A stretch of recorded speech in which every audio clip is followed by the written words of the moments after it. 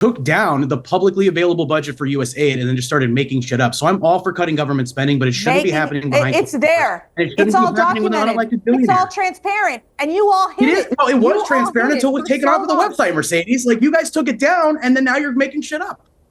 Oh, you think that's your conspiracy theory, really, Mike? Piers Morgan's panel erupts over Elon Musk and Doge in this heated debate from Piers Morgan Uncensored. As the recent USAID corruption that has been exposed has this panel heated, as one guest actually tries to accuse Doge of the one being corrupt, which sets the rest off. So let's watch this clip erupting over Doge from Piers Morgan Uncensored. Are you concerned that these two absolute giants of the political arena right now, Donald Trump and Elon Musk, how long can they go on sort of vying for who's top dog here? Well, look, I worked with President Trump. I've seen him firsthand, how he functions, how he thinks. And I got to tell you something. The one thing that I understand is that he's the top dog. He is the executor in chief. He's the one that's getting the job done. He is the one with the vision. And then he trusts his people to implement his vision. I'll tell you, when we would decide any policy discussions, we would be in a room in the Oval Office with several of the cabinet members, several of his key staff. He would go around, ask everyone their opinion in the room on a certain policy issue.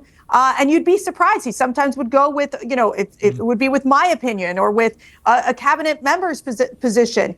And the key is to duke it out, debate it in the Oval Office. From there, then move forward with the president being the ultimate decision maker. So I do believe that the key will be the White House maintaining and continuing communication with Doge and Elon Musk, which obviously Doge is right in the old executive office building, right attached there to the West Wing, and be able to help maneuver what is happening and what they're planning to do with Doge. Look, they've been very successful in unraveling the wasteful spending, which Mike talked about, which, remember, President Joe Biden and his administration allowed for it. When you're talking about that FEMA spent $59 million to house illegal aliens in luxury hotels in New York, that's bad. When you're talking about millions of dollars that were being sent to Guatemala for sex changes and for LGBTQ programs, I mean, it was such an obsession with the diversity, equity, and inclusion, and millions of dollars being sent abroad,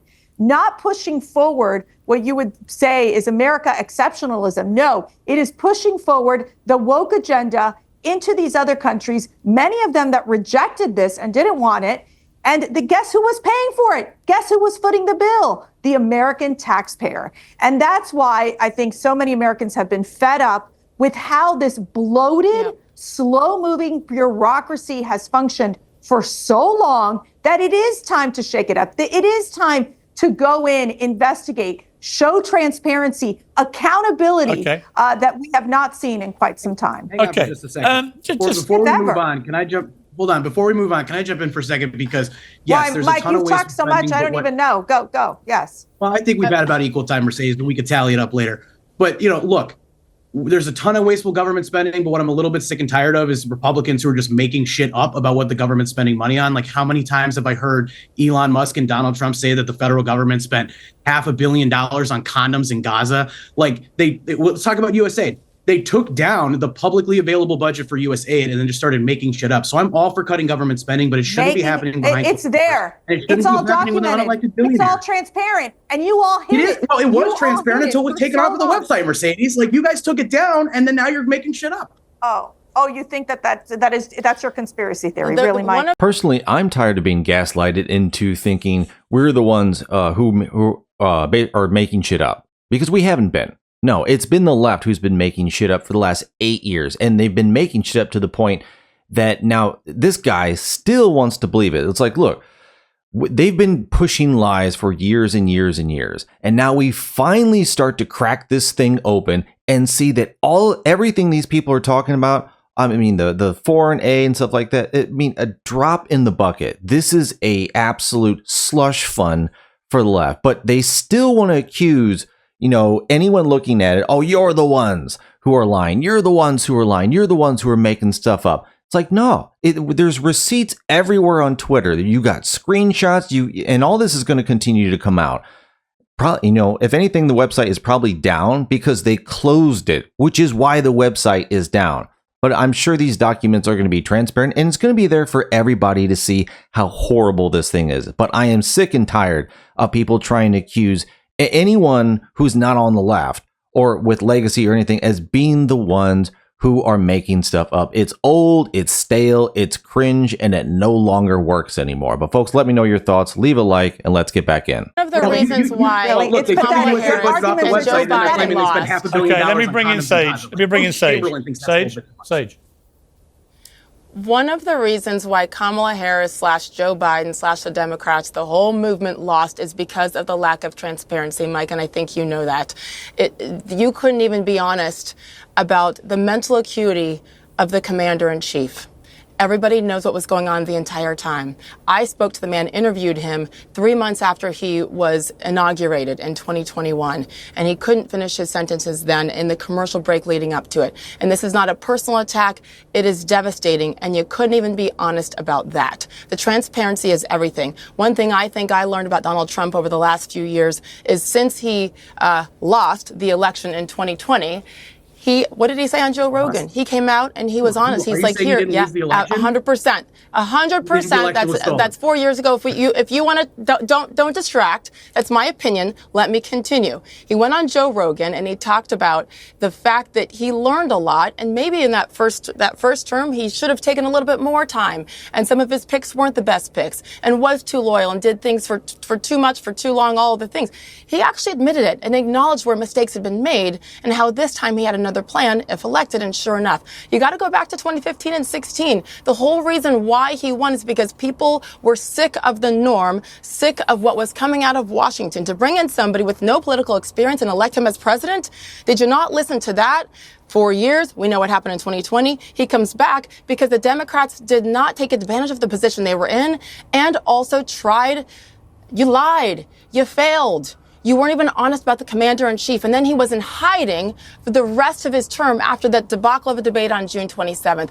I say it's okay. There's no need to fight and go back and forth. Donald Trump said it. You got to own the failings. You got to own the mistakes. How do you improve from now? You can debate till the end of time, but just like the Republicans had to look themselves in the mirror after losing, right? What are you doing? And I'm not asking just you, Mike. What are you as a group doing? Ro mentioned it, to say, why was this such I mean, did you see the map? Did you see all the red on the map? This was a domination. I think the real of problem, election. I mean, honestly, Sage, what did we do wrong? Yeah, the problem, it seems to me, is the Democrats just don't have anybody out there at all right now picking up the baton and saying, they were shocked by it. Leave this to me. And if I was a Democrat or just a liberal in America right now, I'm watching Trump supremely confident, surrounded by a lot of smart people, doing things the way he probably wished he could have done it the first time around, without the problem of a pandemic to crush him. If he gets 4 clean years at this, he could go down as one of the all-time great presidents. I think Piers Morgan is exactly on point on that one, because as we saw with the last time he was in the administration, he had people working against him. He had people lying. If Donald Trump actually does get 4 years at the rate that he's going, I mean, he's been in there for less than a month, and he's already shaking up the country, the world.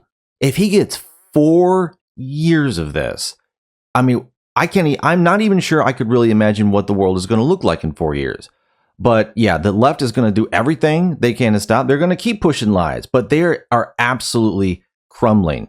And they have no leadership. There's no one, like Piers Morgan said, picking up the mantle, owning anything, going forward. All they have is this narrative that Trump is still orange man bad, because none of these people are real leaders. None of these people actually act like a leader, pick up the mantle, charge forward, be the example. None of them are.